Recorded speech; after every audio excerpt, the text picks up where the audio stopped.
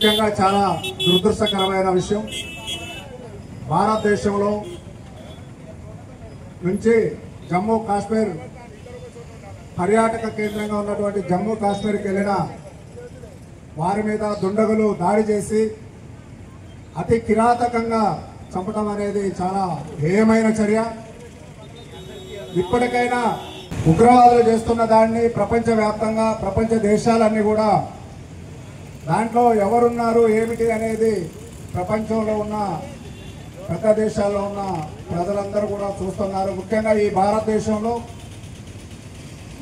ఒక కాంగ్రెస్ పార్టీకి ఒక మూల సిద్ధాంతం అహింస, సత్యం, న్యాయం, ప్రజాస్వామ్యం అనే ఒక మూల సిద్ధాంతంతో ముందుకెళ్తున్న కాంగ్రెస్ పార్టీ ఎప్పుడు కూడా ఇలాంటి దుర్చర్యల్ని ప్రోత్సహించబోదని కూడా మన పెద్దలు ఏఐసిసి అధ్యక్షులు ఖర్గే గారు, రాహుల్ గాంధీ గారు, సోనియా గాంధీ గారు కూడా నిన్న నివాళులు అర్పించి చెప్పడం జరిగింది.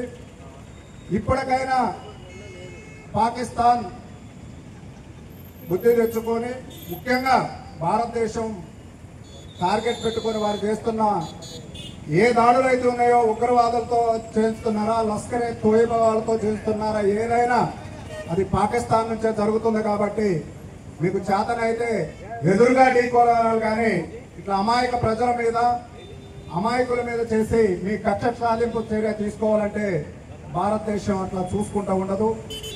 భారతదేశంలో ఉన్న ఇప్పుడున్న సైన్యం ఒక్క నిమిషం కన్ను తెరిస్తే పాకిస్తాన్ మిగలదు. అయినా ఇదొక భారతదేశం అనేది సాంస్కృతిక సాహిత్యాలకి భారతదేశం పెట్టింది పేరు కాబట్టి, ఒక ప్రజాస్వామ్యవాదంలో ఆలోచిస్తుంది కాబట్టి పాకిస్తాన్ బుద్ధి తెచ్చుకొని ఇప్పటికైనా అమాయక ప్రజల మీద దాడులు చేయకుండా ఉండాలని హెచ్చరిస్తూ, ముఖ్యంగా